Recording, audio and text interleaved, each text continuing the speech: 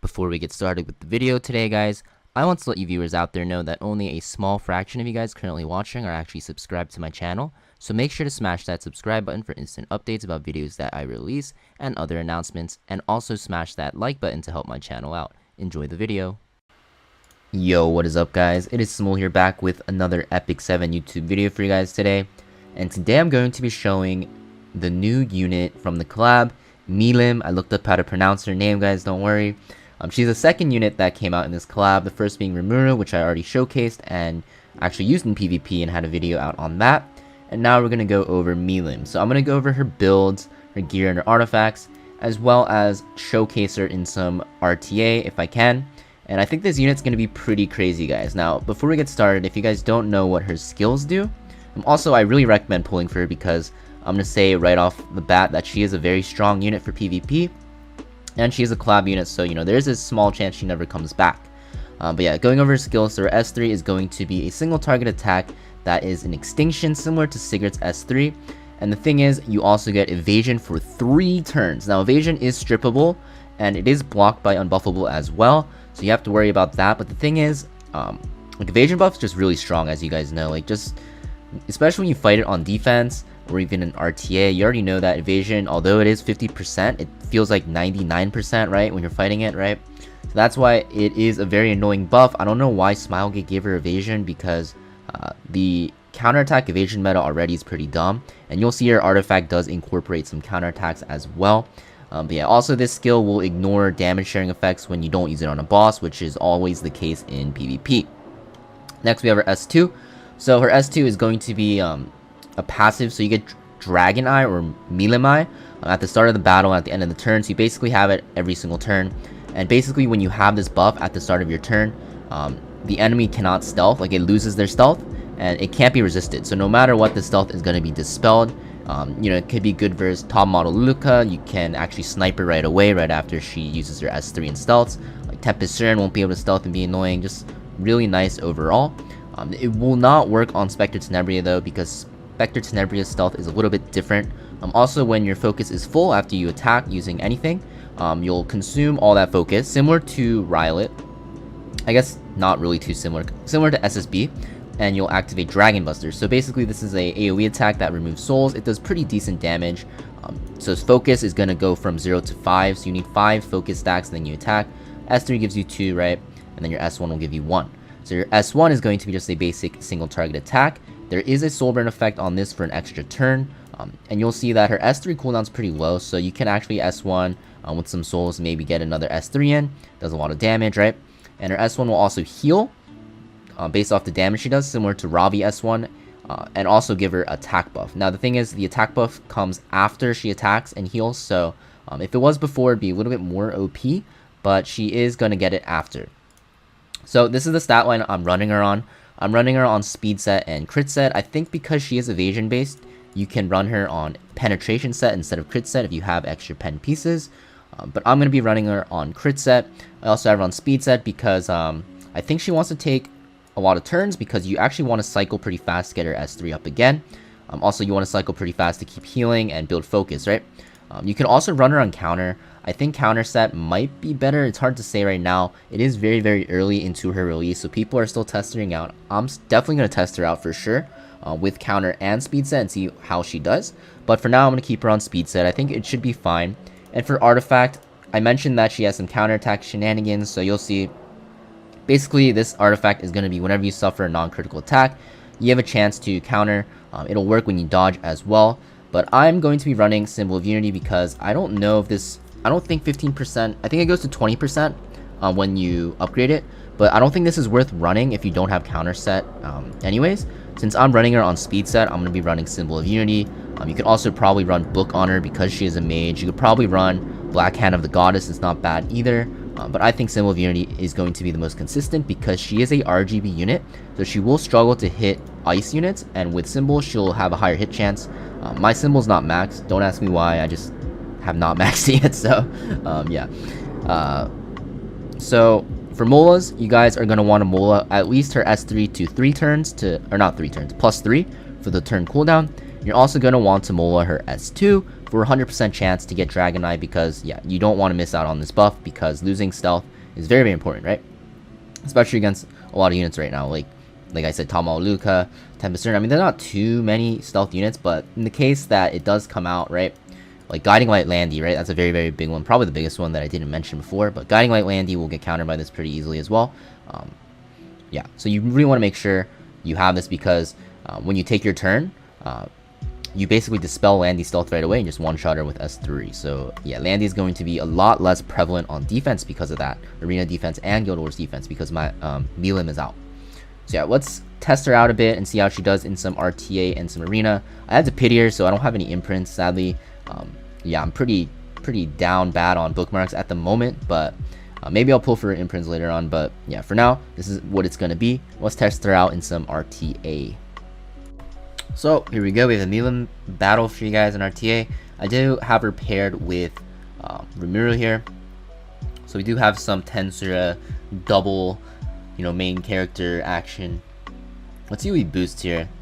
He should probably boost his S10A. And you'll probably honestly go for my Milim. Oh, he does not. That's an interesting play. Actually, why did he not S2? Am I missing something? Is he just a genius? This guy's name is literally Maid Chloe. That's kind of insane. And I picked Maid Chloe. I didn't even notice. Okay. Yeah, that's just odd that he didn't push. It's also odd that he's S3 like this. Ooh, we do get the counter. Yeah. So I'm gonna try to kill this Apoc Ravi. How much damage does this do? That's pretty decent, honestly. What was that? About almost 10k? And I do have her on a more tanky build. So if you build her with more damage, I can see that doing like 12k. Oh, that did not crit. Oh, it still doesn't matter. I think I have him like on like 90-something% crit and it didn't crit. But wow, you see, tag team action. Milim's damage is pretty insane. You saw that was like what, 11k damage? How much was that? Like 10k damage on the Apoc Ravi. And Apoc Ravi you build pretty tanky. So she's gonna be one-shotting squishy units. And this evasion buff after makes it so annoying to deal with. We'll be taking that defense and immunity buff so you can't, stun anyone.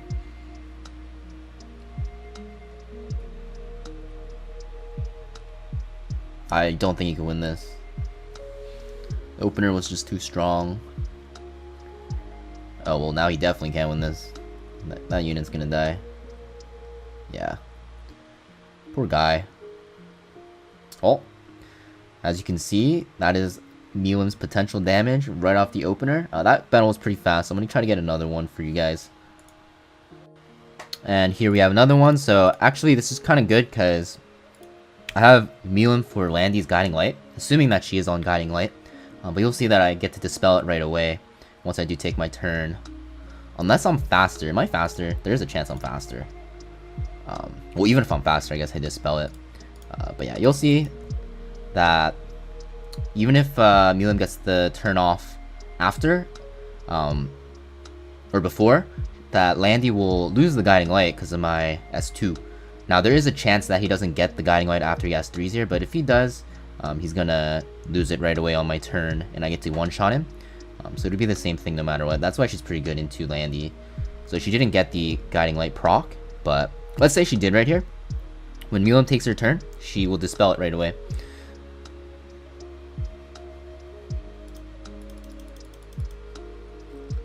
That's kind of unfortunate that I did get CR pushed. That's a pretty fast Crow, actually. I think I'm gonna go into the Landy here and try to stun her. If I don't stun, I'll go with Milim as well. But if I can land the stun, I'm gonna try to have Milim go into Violet here and then finish off the Landy with my Spectre Tenebria on her next turn. Because this is gonna be a race, basically. Interesting. Let's see how much this does, even if it misses. Oh, it did hit because a symbol unit. Oh my god, that is actually a lot of damage. Wait a second. For her being on a bruiser build, doing 13k, albeit it did land on the Violet, but I do have her on Symbol of Unity, right? So she's gonna land more often. That's actually crazy damage. If I had her on a more, what's it called? What am I trying to say here? More damage-oriented build, which some people are doing. You would see that she does so much more damage. And wow, that dual attack was pretty lucky, but that actually does decent damage. Also, Symbol of Unity, right? So I have a higher chance to hit ice units. So yeah, I'm gonna do it for the Vine. I could use Spectre's Narrator to get the kills here, but I'm gonna get the 2 kills with Milim because it is her showcase. He's gonna FF, right? No way he wins this. Oh my. And here we go. The AoE, right? Because she had 5 focus from S2. We finally get to see it. What is it gonna do? How much damage? Oh, that's pretty decent, actually.